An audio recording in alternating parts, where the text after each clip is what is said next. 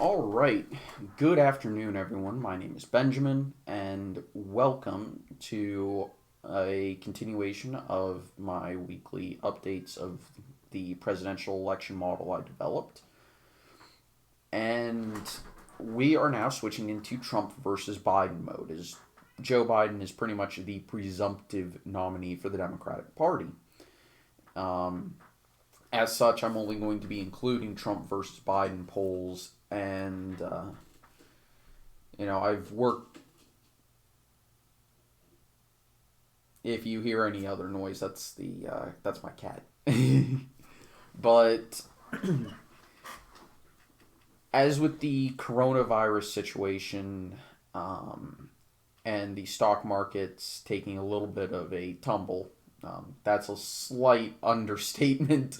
They are going full on crash at this point. I'm actually kind of shocked because despite the full on crash, if we go to the approval rating, his approval rating is held very fairly steady. And actually, the transfer rate went up on average, and his disapproval went down on average.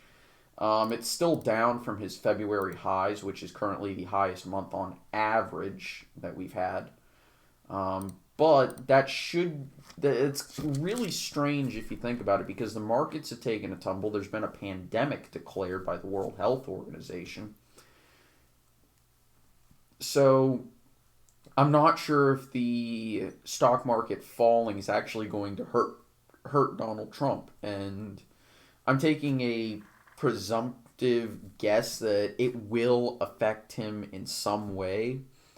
I had him at the max a few weeks ago for the economic factors, and then all of a sudden, people started panicking over the coronavirus and panic selling for whatever reason, and the market has collapsed back to essentially pre-Trump levels in terms of the worth of investments.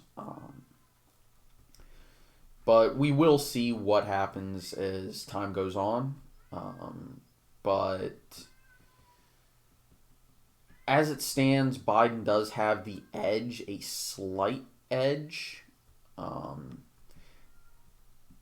in polling as well as the way my model is handling state level stuff.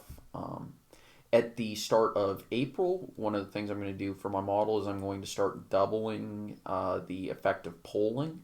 So I'm just going to add in another level for the polling factor. And that should start, making my model a little bit more aggressive when it comes to handling polls, but it will still have a decent amount of fundamentals and economic factors because those will help reduce some lag and also catch any problems with herding we see, which is basically where all the polls converge around a single spot. Believe it or not, having outlier polls is actually a good thing because those outliers, sure, it may be an outlier, but it also may be correct. Just because it's an outlier doesn't mean it's wrong. And that's why a lot of people don't understand why I'm not as critical of, say, Rasmussen polls or public policy polling, even though both tend to favor one party over the other by about the same margin. Uh, I don't really have a problem with either. I think both do as good as they're going to do in terms of methodology, but they do have a house effect in one direction or the other. And that's kind of the way I like to evaluate it.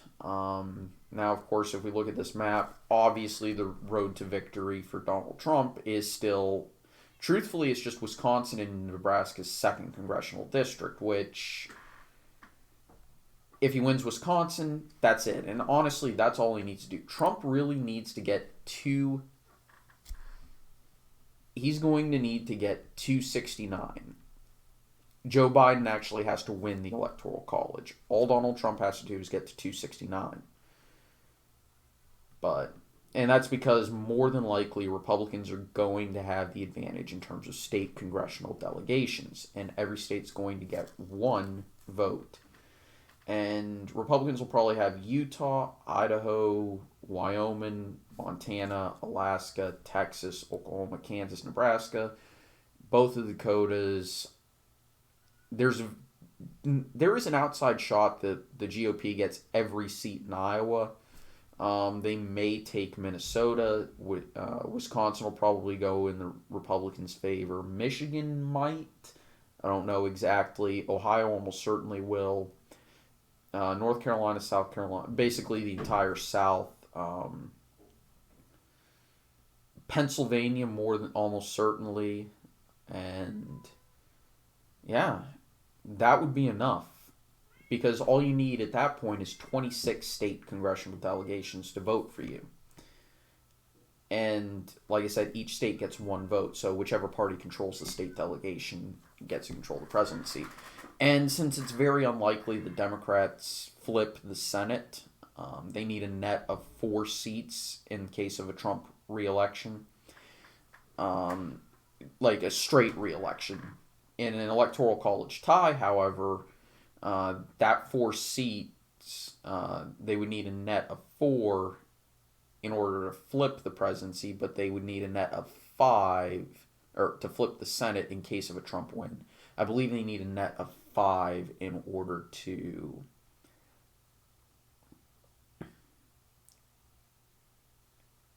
it's either 3 or 4. It's either 3, 4, or 5. But basically, in the most likely scenario in a 269 situation, where the Democrats get to 50 seats in the Senate. So yeah, it'd be a net of 3 and a net of 4. So if they get a net of 3, Mike Pence casts the deciding vote, and he would reelect himself, obviously. If they get a net of 4, well, we're going to have a Republican president and a Democratic vice president, which would be extremely interesting. But it would lead to some problems where, let's say, the House is still has a majority of Democrats and they impeach Trump again, let's say. Well, all of a sudden, it's going to look like a coup attempt because, well, guess who's next in line? A Democrat. So the public would be much less willing to accept an impeachment in that scenario. So there are a lot of interesting things surrounding this election. So based off of current reality, though, as of right now, my personal forecast, I still have Donald Trump winning. Just because I have him carrying Nebraska second and Wisconsin and nothing else changing. Because I think Wisconsin is becoming a lot like a Republican favorable version of Virginia, where it used to be a blue state, and of course Virginia used to be a very red state, and then they just flipped, and the Republicans aren't sure what happened in Virginia, and Democrats aren't sure what happened in Wisconsin. But anyway, that's about it for today. Thank you all for watching. I hope you enjoyed. As always, thank you very much, and have a nice day.